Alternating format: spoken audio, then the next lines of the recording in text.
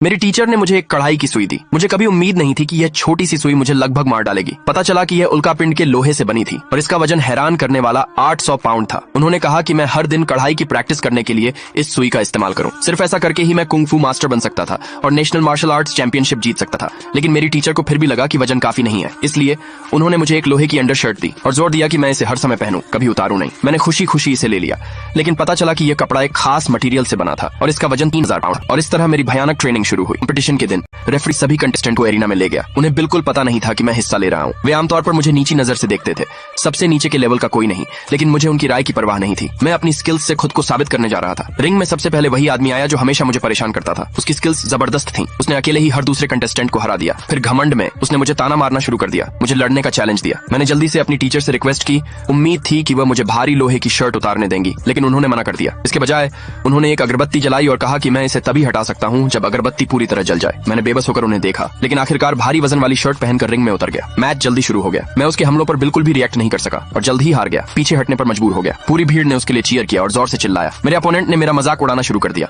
मुझसे कहा कि मैं अपनी किस्मत को मान लूं एक मामूली इंसान के तौर पर। मैं हार मानने को तैयार नहीं था। मैंने उस पर एक और हमला किया, लेकिन इससे वह और गुस्सा हो गया। उसने न सिर्फ मेरे हमले को रोका, बल्कि मेरा हाथ भी तोड़ दिया। एक ही मूव से म्यूजिक उसने मुझे घुटनों के बल गिरा दिया। मैंने अपने टीचर की तरफ विनती भरी नजरों से देखा। उम्मीद थी कि मैं लोहे की शर्ट उतार दूंगा, और उसी पल घटना की आखिरी राख गिर गई। मेरे टीचर ने मेरी रिक्वेस्ट मान ली। इस बार मैं खड़ा हुआ, खुश हुआ और वह 3000 पाउंड की लोहे की शर्ट उतार दी। मेरा विरोधी, जिसे अभी भी खतरे का अंदाजा नहीं था, मेरा मजाक उड़ाता रहा। मैंने उसे नजरअंदाज किया और अपनी आंखें बंद कर लीं। ये देखकर वह गुस्से से भर गया, और उसी पल मुझे आखिरकार समझ आया कि मेरे टीचर ने मुझे लोहे की शर्ट क्यों पहनाई थी। इसलिए मैंने एक खतरनाक टेक्निक इस्तेमाल की जो मुझे अभी अभी समझ आई थी। मेरा विरोधी समय पर रिएक्ट नहीं कर सका।